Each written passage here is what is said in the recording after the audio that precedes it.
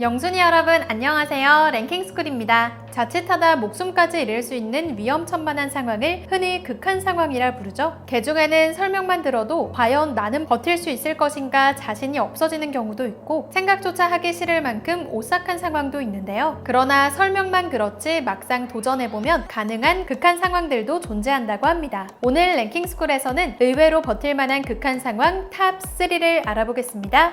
3위, 완전한 암흑. 빛 하나 새어들지 않는 독방에서 인간은 과연 얼마나 버틸 수 있을까요?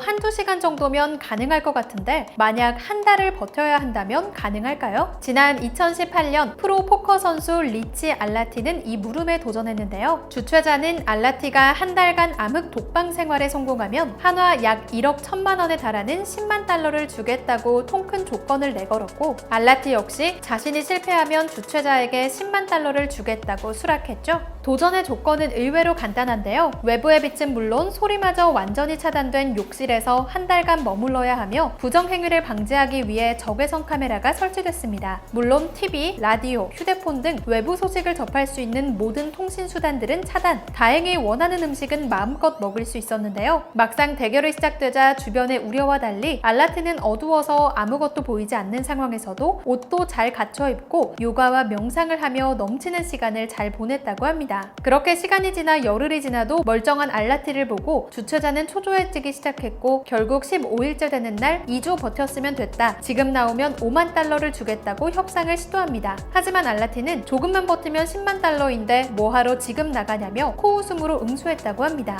그러나 거듭된 주최자의 회유와 간절한 부탁에 20일째 되는 날 6만 2천여 달러로 탈출을 협상한 두 사람. 거금을 받고 암흑 독방 생활을 마친 알라티는 한 인터뷰에서 풍부한 조건이었고 30일에 10만 달러라는 구체적인 목표가 있어서 가능했던 것 같다며 타의 혹은 환경에 의해 강제로 고립된 이들이라면 버티지 못할 거라고 소감을 전하기도 했습니다. 이 얘기를 듣고 나도 할 수 있다며 도전 의욕을 마구 불태우는 영순이 분들도 많을 것 같은데요. 하지만 어두운 독방에서 타인과 완전히 격리되는 생활이 장기간 지속될 경우 불안, 공황, 편집증 같은 정신적인 문제가 유발될 수도 있다고 하니 섣부른 도전은 금물입니다.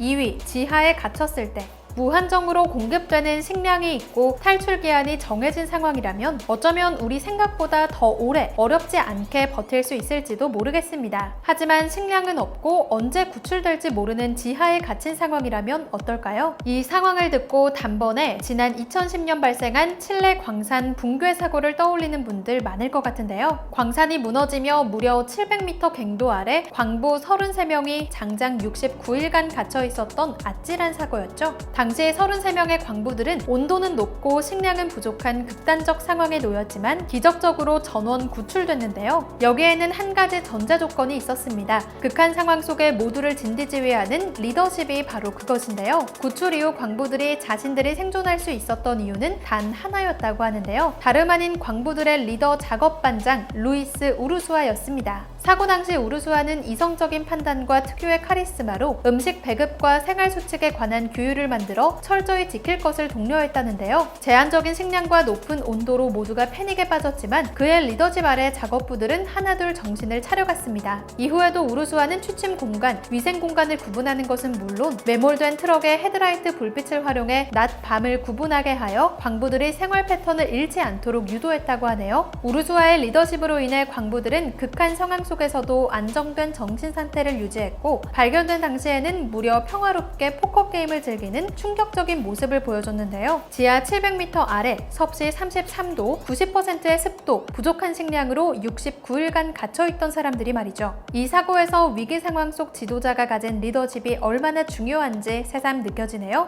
1위, 가장 조용한 방. 현대인에게 큰 스트레스를 유발하는 각종 소음, 사소한 생활소음에 방해받기 싫어 귀마개를 착용하시는 분이 많은데요. 저 역시 소음에 꽤나 민감한 편이라 여기에 갇히게 된다면 잠도 잘 오고 공부도 잘 될 것 같아 당장 도전을 외칠 것 같은데 실상을 알면 모두가 망설이게 된다고 합니다. 장소의 정체는 세상에서 가장 조용한 방인데요. 그러나 이 방에서 의미하는 조용한 상태는 우리의 상상을 초월합니다. 미국 미네소타에 위치한 오필드 실험실, 일명 일명 무향실은 아주 미세한 진동조차 전혀 느껴지지 않는 방음 시설을 완비, 세계에서 가장 조용한 방으로 기네스북에 등재된 바 있습니다. 사방이 독특한 패턴으로 가득한 이유도 벽이 소리를 99.99% 흡수시키기 위한 설계 때문이라는데요. 방 안에서 말을 내뱉으면 특수 설계된 벽에 그대로 흡입돼서 마치 베개에 대고 외치는 듯한 느낌이 든다고 합니다. 소음 측정기를 통해 방 안 소음을 측정하면 0dB도 아니고 무려 마이너스 9dB, 너무 조용해서 장시간 머물면 공간 감각까지 사라질 지경이라고 하는데요. 그래도 들리는 소리가 있긴 합니다. 심장박동 소리나 폐가 커지고 줄어드는 소리, 음식이 소화되는 소리 등 내 신체 기관이 운동하는 소리를 정확하게 들을 수 있는 곳이 바로 이곳이라고 해요. 원래는 음악 녹음 목적으로 만들어진 방음실인데 의도치 않게 너무도 완벽한 방음 실력을 뽐내게 된 터라 각종 뉴스와 매스컴을 통해 소개되면서 유명세를 떨치게 됐다고 합니다. 이후 많은 사람들이 오래 머물기에 도전했지만 최고 기록은 45분이라고 합니다. 무엇보다 이곳에서 일하는 직원들의 스트레스는 상상만 해도 고통스럽네요.